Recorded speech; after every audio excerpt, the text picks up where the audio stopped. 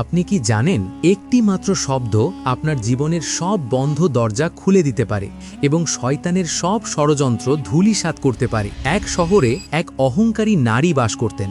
তার আভিজাত্য এতটাই ছিল যে তিনি স্রষ্টার নাম নেওয়াকেও তুচ্ছ মনে করতেন।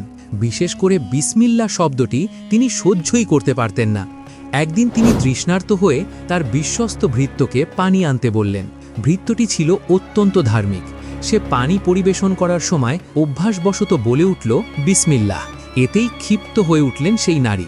তিনি চিৎকার করে বললেন, থামো, আমার সামনে এই শব্দ আর কখনো উচ্চারণ করবে না, এতে কোনো লাভ নেই। কিন্তু ভৃত্যটি শান্তভাবে উত্তর দিল, মা, এই শব্দের শক্তিতেই তো আমাদের কঠিন কাজগুলো সহজ হয়ে যায়। সেই নারীর জেদ আরও বেড়ে গেল। তিনি মনে মনে এক ভয়ঙ্কর পরিকল্পনা করলেন। সেদিন সন্ধ্যায় তার স্বামী কাজ থেকে ফিরে একটি অত্যন্ত দামি স্বর্ণের আংটি ভৃত্যের জিম্মায় দিয়ে বললেন, এটি খুব সাবধানে রাখো, আমার বসের আমানত এটি। ভৃত্যটি আংটিটি একটি পাত্রে সযত্নে রেখে দিল। সব কিছু আড়াল থেকে দেখছিলেন সেই নারী।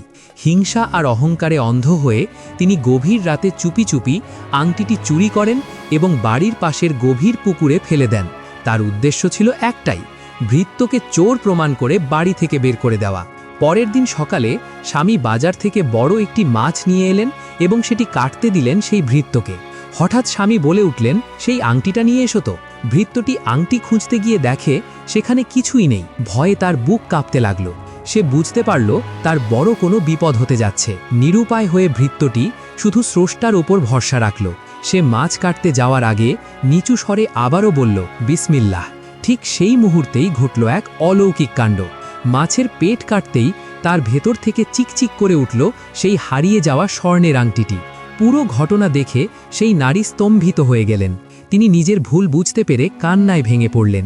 তিনি বুঝেছিলেন মানুষ ষড়যন্ত্র করতে পারে, কিন্তু আল্লাহ যার সহায় তার ক্ষতি কেউ করতে পারে না।